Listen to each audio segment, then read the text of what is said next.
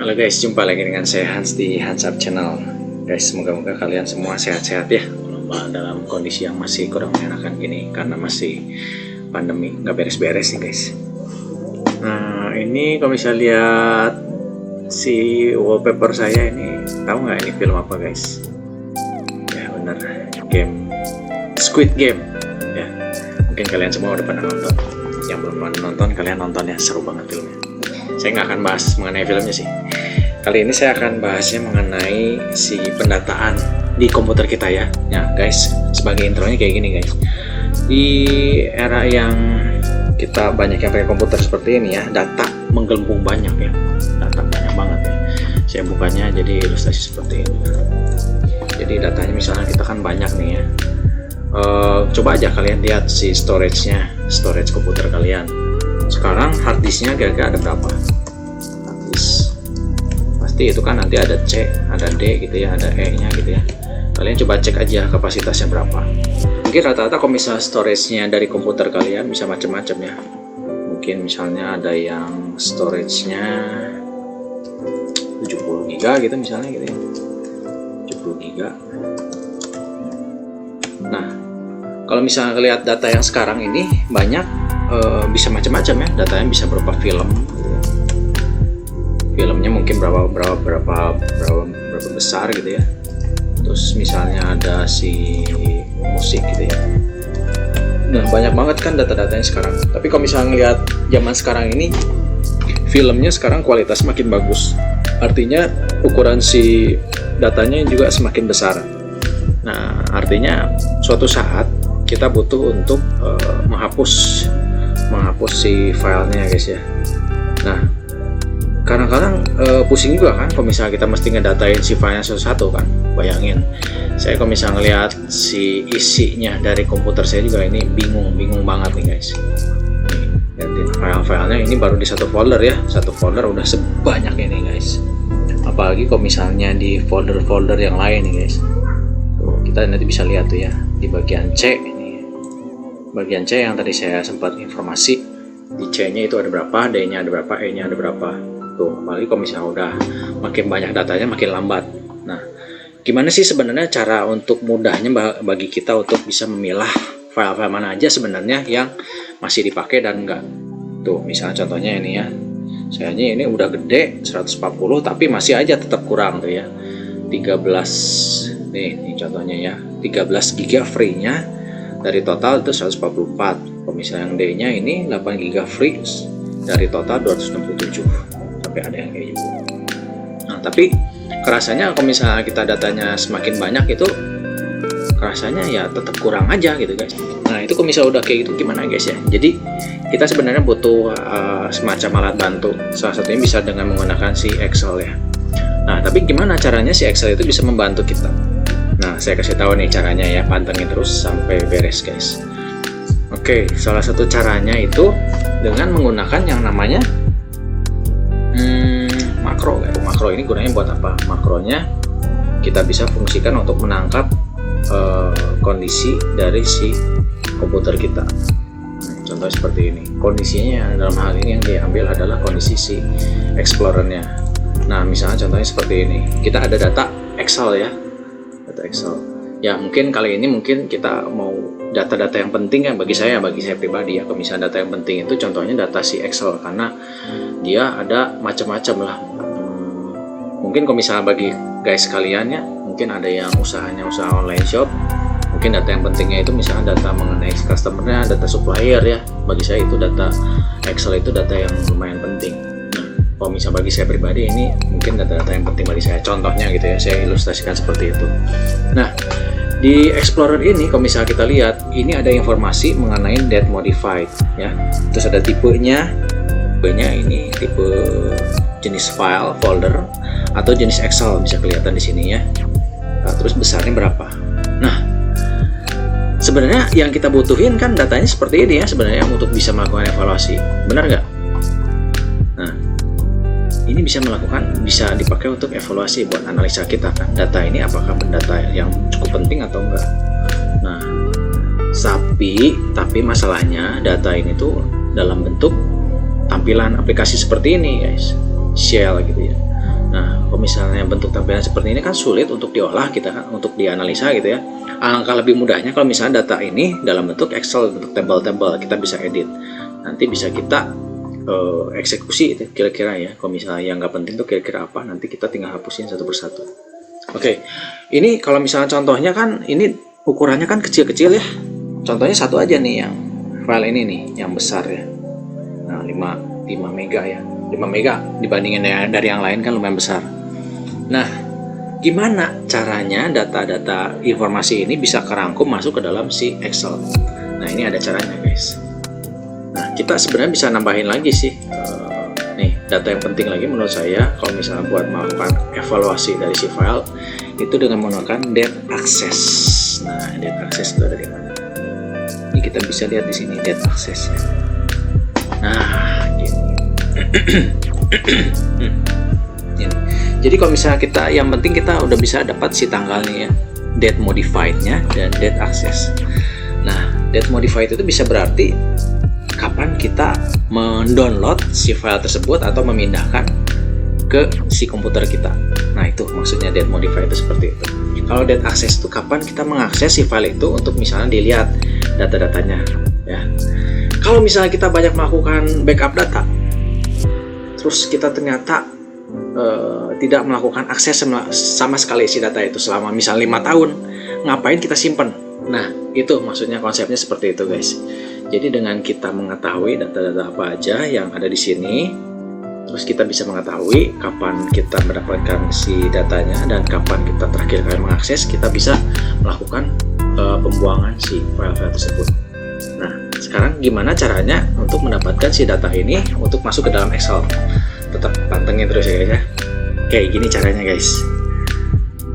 Nah, sekarang tinggal kita buka si Excel-nya ya, contohnya seperti ini.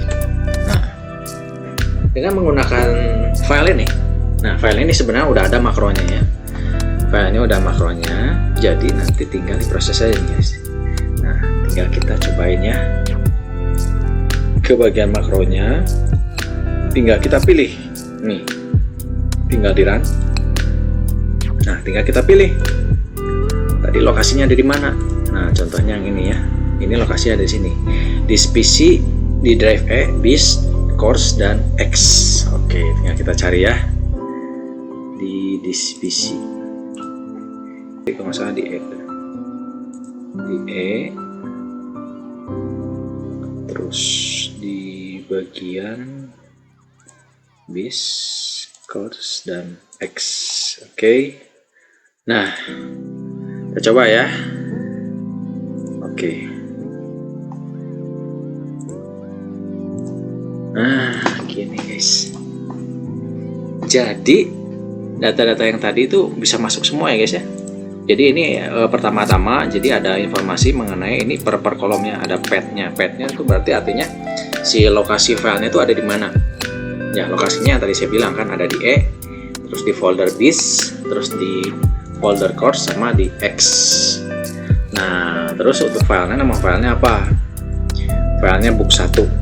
Nah, kita coba cek aja ya. Book 1. Nah, benar kan ada book 1 ya. Nah, terus kita cek lagi ada date aksesnya. Di aksesnya tanggal berapa itu file. Nah, terus ada date modified-nya. Kita coba cek aja nih. Date aksesnya benar nggak? Tanggal 29 ya. 29 bulan 9 jam 9.48. Oke, benar ya. Terus date modified-nya. Nah, date modified-nya sama ya. Oke, item type-nya, tipenya Excel kan. Sama tuh. Nah, terus size-nya ukurannya 8,88, lebih presisi dibanding yang tadi ditampilin di Explorer. Oke guys, gimana nggak keren nih guys? Jadi seperti yang saya bilang tadi, jadi gunanya si makro ini untuk mengcapture si data yang ada di Explorer itu sehingga bisa dimasukkan ke dalam Excel. Dengan ada di dalam Excel, kita nanti bisa olah si file ini sehingga kita bisa kira-kira milah-milah. Misalnya kayak gini kan lebih gampang ya, kita bisa memilah. Kita kurangin misalnya ya. Oke, kita bisa ini sendiri, punya kriteria sendiri gitu guys. Kalau misalnya kita mau ngapusnya yang datanya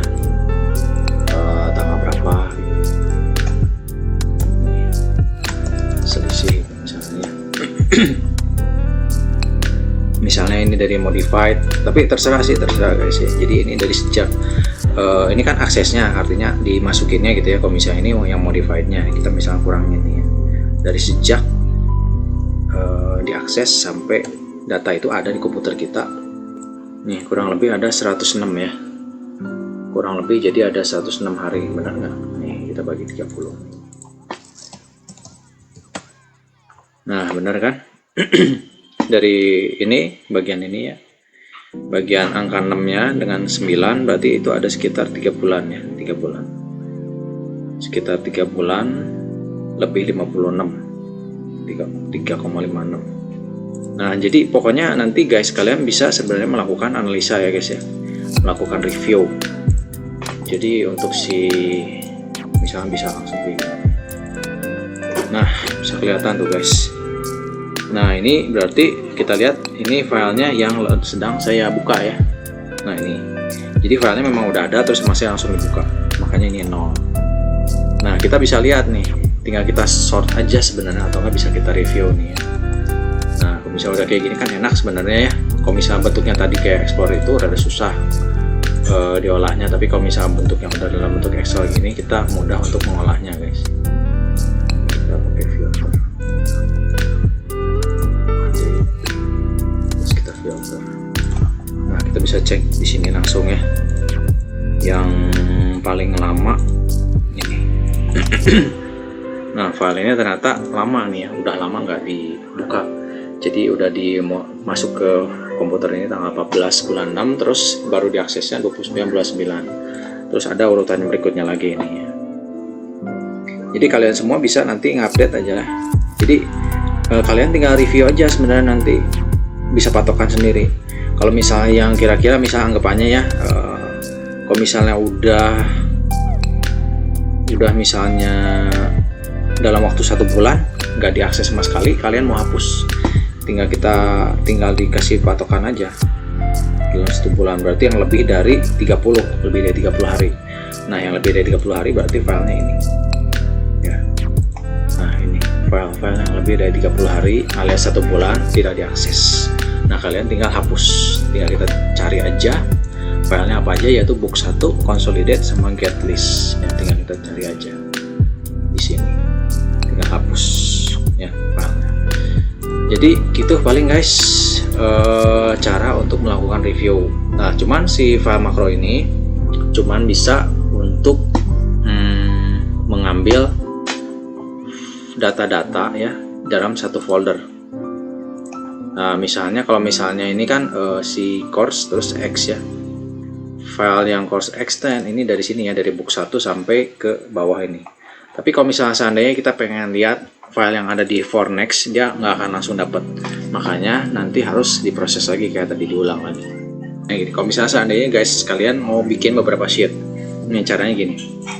Nih pertama kali ini pasti di generate-nya akan di sheet 1. Nah tinggal klik aja developer, terus makro, terus di run, terus kira-kira mau masukin kemana nih guys.